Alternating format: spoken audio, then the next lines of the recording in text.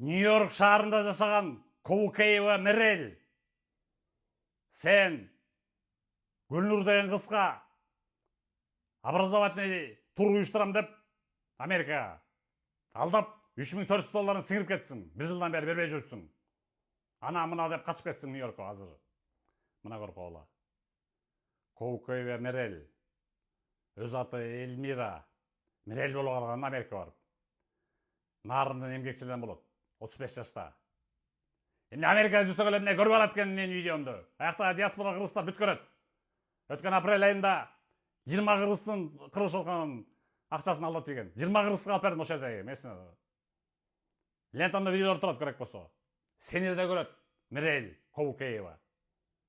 Жөн берип койгон акчасы. Уктуңбу? Гүлнурдун. $3400 алдап кетсиң. Же туруңан дайын жок, же эчтекеңе дайын жок. Уялбайсыңбы ошондо айфорлонбой Америкада жүрүп? Және иммиграционный надзорго түшүп калып мен кулчу кайнатасыңбы?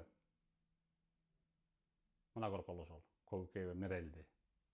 Берип койсаң, уктуңбу? Бөлө берсең алынбайт бу видео. Көбөйт күндө просмотр. Шермене болсун. Уктуңбу? Мерел. Мына коркол.